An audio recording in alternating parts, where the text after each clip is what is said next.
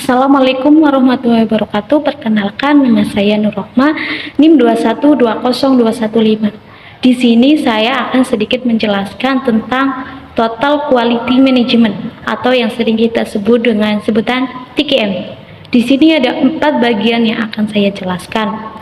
Yang pertama yaitu tentang mengapa sih TQM itu penting untuk kita pelajari, dan yang kedua ada sejarah tentang Total Quality Management atau yang sering kita sebut dengan TQM, dan yang ketiga ada 5 ahli TQM di Indonesia, dan yang terakhir saya akan menjelaskan materi TQM apa yang sudah saya kuasai. Oke, langsung saja. Yang pertama yaitu mengapa sih kita perlu belajar tentang TQM? Apa itu TQM dan mengapa TQM itu penting untuk kita pelajari? Oke, Total Quality Management atau TQM disebut juga dengan manajemen mutu terpadu atau manajemen kualitas terpadu, merupakan pendekatan manajemen pada suatu organisasi, berpusat pada kualitas berdasarkan partisipasi semua anggotanya dan bertujuan untuk kesuksesan jangka panjang melalui kepuasan pelanggan dan manfaat bagi semua anggota organisasi dan masyarakat. TQM bertujuan untuk meningkatkan kualitas dan mengidentifikasi ukuran kualitas terbaik sesuai harapan pelanggan dalam hal layanan, produk, dan pengalaman pelanggan. Hal ini tentu juga akan meningkatkan competitive advantage perusahaan di mata pelanggan dibandingkan dengan para kompetitor. Ada beberapa elemen bahwa sesuatu dikatakan berkualitas, yakni apabila kualitas meliputi usaha memenuhi atau melebihi harapan pelanggan. Yang kedua, kualitas mencakup produk, jasa, manusia, proses, dan lingkungan. Selanjutnya yaitu kualitas merupakan kondisi yang selalu berubah. Apa yang dianggap berkualitas saat ini mungkin dianggap kurang berkualitas pada saat yang lain. Terus, kualitas merupakan suatu kondisi dinamis yang berhubungan dengan produk, jasa, manusia, proses, dan lingkungan yang memenuhi atau melebihi harapan. Mutu terpadu atau disebut juga Total Quality Management dapat didefinisikan dari 3 kata yang dimiliki, yaitu total artinya keseluruhan, quality yaitu kualitas, derajat atau tingkat keunggulan barang atau jasa, dan manajemen yaitu tindakan, seni, cara menghandle, pengendalian, dan pengarahan. Dari 3 kata yang dimilikinya, definisi TQM adalah sistem manajemen yang berorientasi pada kepuasan pelanggan atau customer satisfaction, dengan kegiatan yang diupayakan benar sekali melalui perbaikan berkesinambungan dan memotivasi karyawan. Seperti halnya kualitas, Total Quality Management dapat diartikan sebagai berikut. Yang pertama, perpaduan semua fungsi dari perusahaan ke dalam falsafah holistik yang dibangun berdasarkan konsep kualitas, teamwork, terus produktivitas dan pengertian serta kepuasan pelanggan. Yang kedua yaitu sistem manajemen yang mengangkat kualitas sebagai strategi usaha dan berorientasi pada kepuasan pelanggan dengan melibatkan seluruh anggota organisasi. Yang ketiga yaitu suatu pendekatan dalam menjalankan usaha yang mencoba untuk memaksimumkan daya saing organisasi melalui perbaikan terus-menerus atas produk, jasa, manusia, proses, dan lingkungan. Pengertian lain yang dikemukakan oleh Dr. Nasution mengatakan bahwa Total Quality Management merupakan suatu pendekatan dalam menjalankan usaha yang mencoba untuk memaksimumkan daya saing organisasi melalui perbaikan terus-menerus atas produk, jasa, tenaga kerja, proses, dan lingkungannya. Terus yang selanjutnya ada unsur-unsur utama TQM, Yang pertama itu fokus pada pelanggan, yang kedua obsesi terhadap kualitas, yang ketiga pendekatan ilmiah, yang keempat ada komitmen jangka panjang, yang kelima ada kerjasama tim, terus selanjutnya ada perbaikan sistem secara berkesinambungan, selanjutnya ada pendidikan dan pelatihan, terus kebebasan yang terkendali, kesatuan tujuan, adanya keterlibatan dan pemberdayaan karyawan. Selanjutnya ada prinsip-prinsip TKM. Ada beberapa tokoh yang mengemukakan prinsip-prinsip TKM.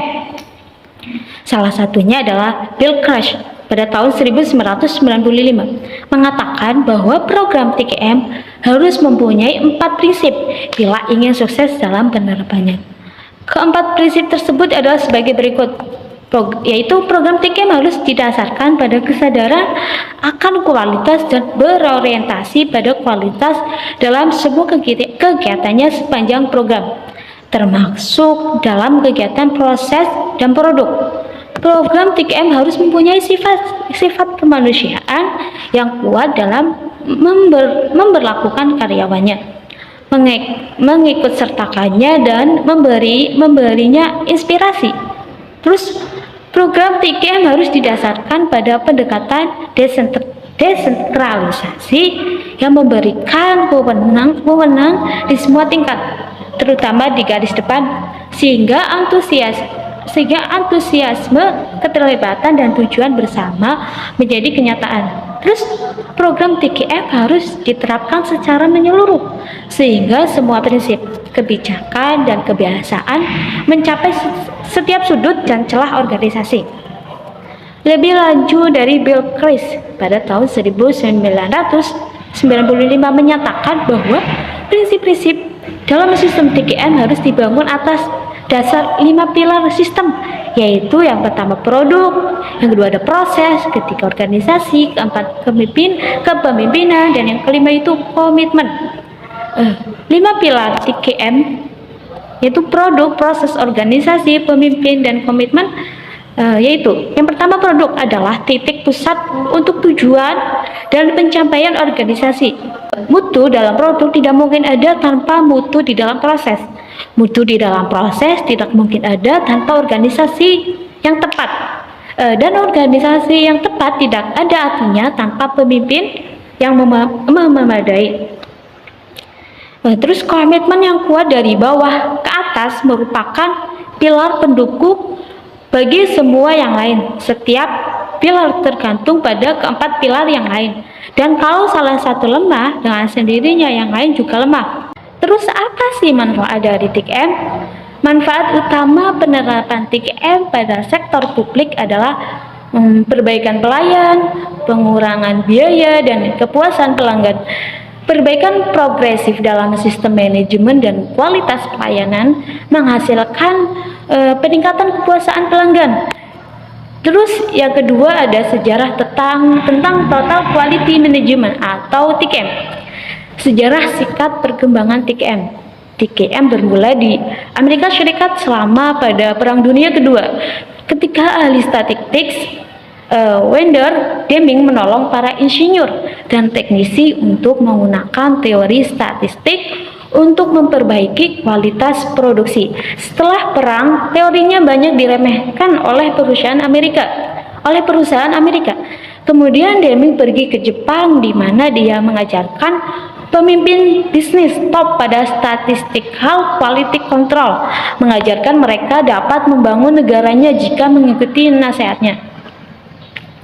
TQM muncul sebagai respon pada kesulitan membaurkan pendekatan kualitas teknis dengan tenaga kerja yang berkembang pesat, tak terlatih atau semi terlatih pada saat dan setelah pada Perang Dunia Kedua. Meskipun banyak dari ide tersebut berawal di Amerika Serikat, namun sebagian besar perusahaan Jepanglah yang mengimplementasikannya dan memperbaikinya dari tahun 1950-an, seperti halnya pendekatan kualitas teknis.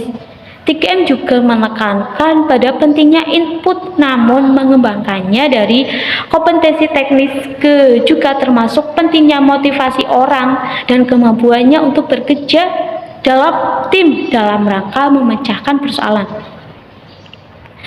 Terus sebagai tambahan, TKM berfokus pada pentingnya proses bisnis yang baik, terutama pada pola yang mengurangi hambatan dari batasan internal dan mengerti kebutuhan detail pelanggan sehingga kebutuhan mereka dapat sepenuhnya tercapai.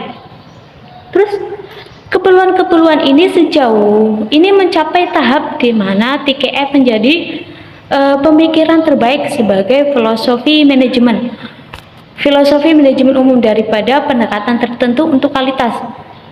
Dalil TKM telah digunakan oleh European Foundation for Quality Management atau EFQM yang dimodelkan pada penghargaan Malcolm Bentkin Quality Awards dari Amerika Serikat dan pendahuluannya Deming Prize di Jepang.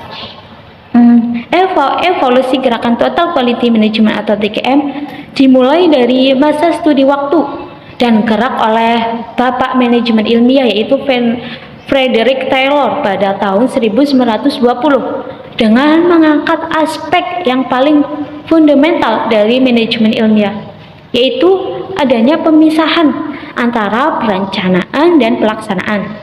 Terus landasan TKM. Landasan TKM adalah Statistical Process Control atau SPC atau SPS yang merupakan model manajemen manufaktur yang pertama-tama diperkenalkan oleh Edward Deming dan Joseph Juran sesudah Perang Dunia Kedua guna membantu bangsa Jepang membangun kembali infrastruktur negaranya.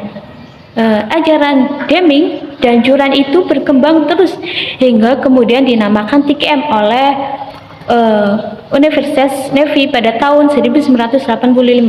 Kita ketahui bahwa TKM terus mengalami evaluasi menjadi semakin matang dan mengalami diversifikasi untuk aplikasi di bidang manufaktur, industri, jasa, kesehatan, dan dewasa ini juga di bidang pendidikan. Oleh karena itu, mengikuti ajaran Deming, Juran, dan Philip Crosby dalam mengimplementasikan TKM memang perlu, tetapi belumlah cukup. Sebab TKM terus mengalami evolusi, maka untuk menghayati step of the art, TKM perlu diketahui juga kontribusi bidang manajemen dan organization effectiveness dalam membangun TKM sebagai dimensi yang lain. Kontribusi bidang tersebut merupakan satu dimensi tersendiri yang dapat disebut sebagai akar TKM. Antara lain terdiri dari Group Dynamics, Organization, Development, Socialization System, dan lain-lain. TKM yang dikenal sekarang ini banyak berbeda teknisnya dengan apa yang dikembangkan di Jepang pada tahun 1950-an dan yang pertama-tama dikembangkan di Amerika pada tahun 1980-an. Penerapan TKM di berbagai bidang memerlukan kerangka sendiri dalam manajemen kualitas. Terus yang ketiga, juga ada 5 ahli TKM di Indonesia. Pengertian Total Quality Management atau TKM menurut para ahli. Yang pertama menurut Ciptono, yaitu Total Quality Management atau TKM, yaitu merupakan suatu pendekatan dalam menjalankan usaha yang mencoba untuk memaksimumkan daya saing organisasi melalui perbaikan terus-menerus atas produk, jasa manusia, proses, dan lingkungannya. Dan yang kedua ada Shimamura, yaitu Total Quality Management atau manajemen mutu terpadu ialah lingkungan organization di mana semua fungsi bekerja sama untuk membangun mutu ke dalam produk atau jasa perusahaan. Dan yang ketiga ada Hansen dan Moen, Total Quality Management, yaitu suatu perbaikan berkelanjutan yang mana hal ini adalah sesuatu yang mendasar sifatnya bagi pengembangan proses mau manufaktur dan sempurna. Dan yang keempat ada Gaspers, Total Quality Management, yaitu suatu cara meningkatkan performasi secara terus-menerus, yaitu Continuous Performance Improvement pada setiap level operasi atau proses dalam setiap area fungsional dari suatu organisasi dengan menggunakan sumber daya manusia dan model yang tersedia.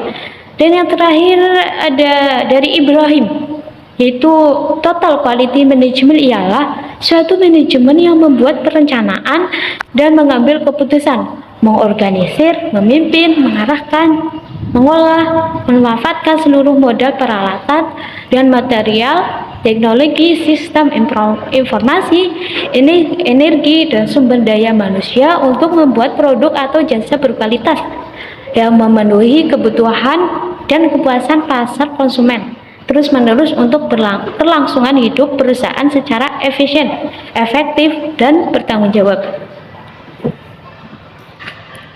Dengan partisipasi seluruh sumber daya manusia. Dan yang terakhir, saya akan menjelaskan materi tentang 3M. Apa yang sudah saya kuasai. Menurut saya, materi yang sudah saya kuasai tentang 3M adalah konsep yang dapat diimplementasikan pada berbagai macam perusahaan sebelum menerapkannya, yaitu terdapat 8 elemen utama yang perlu kita ketahui. Yang pertama yaitu fokus pada pelanggan atau consumer focused. Prinsip yang tidak boleh kamu lewatkan dari 3M adalah konsumen sepenuhnya akan menentukan kualitas dari suatu produk. Walaupun suatu perusahaan melakukan berbagai macam cara untuk meningkatkan kualitas, seperti training karyawan, menambahkan kualitas dalam proses perencanaan, memperbaiki teknologi, atau menggunakan peralatan canggih. Pada akhirnya, tetap konsumen yang akan menentukan apakah usaha-usaha tersebut sudah tepat, sehingga perusahaan harus memiliki standar yang fokus pada konsumen. Dan yang kedua ada keterlibatan karyawan secara keseluruhan atau total employee involvement. Hal selanjutnya dari 3M adalah semua karyawan harus berpartisipasi dalam mencapai tujuan perusahaan yang sudah direncanakan. Komitmen karyawan dapat diperoleh secara keseluruhan jika perusahaan telah menciptakan lingkungan kerja yang baik dan nyaman. Komitmen karyawan sangat penting karena dapat mendukung perusahaan dalam meningkatkan kualitas produk baik barang maupun jasa, sehingga kepuasan pelanggan akan tercapai. Dan yang ketiga ada pemusatan perhatian pada proses atau proses research. Bagian fundamental dalam 3M adalah fokus pada memutuskan perhatian dalam proses seperti dikutip dari ASORG, yaitu proses merupakan serangkaian proses yang mengambil input dari supplier atau internal atau eksternal dan mengubahnya menjadi output yang dikirimkan kepada konsumen internal atau eksternal. Terus langkah-langkah yang dibutuhkan untuk menjalankan suatu proses sudah ditentukan dan ukuran performa akan terus dipantau untuk mendeteksi hal yang tidak terduga. Terus yang ketiga adalah sistem yang terintegrasi. Integrasi sistem. Sebuah perusahaan memiliki berbagai macam departemen atau tim dengan fungsi yang berbeda-beda dan sering diorganisasikan dalam struktur vertikal. Akan tetapi fokus dari 3M adalah proses horizontal yang akan menghubungkan berbagai macam fungsi-fungsi yang ada dalam perusahaan itu sendiri. Setiap posisi yang ada harus memahami visi, misi, dan prinsip dari perusahaan. Selain itu, mengetahui kebijakan, mutu, tujuan, dan proses penting juga harus dimengerti. Performa bisnis harus dipantau dan dikomunikasikan secara berkala. Dengan begitu, sistem yang terintegrasi menghubungkan elemen peningkatan bisnis dalam upaya untuk melebihi ekspektasi konsumen. Untuk melebihi ekspektasi konsumen, karyawan, dan stakeholder lainnya. Terus yang keempat ada pendekatan strategis dan sistematis, yaitu salah satu elemen kritikal dari 3M adalah pendekatan strategis dan sistematis untuk mencapai visi, misi, dan tujuan perusahaan. Proses tersebut disebut perencanaan atau manajemen strategis.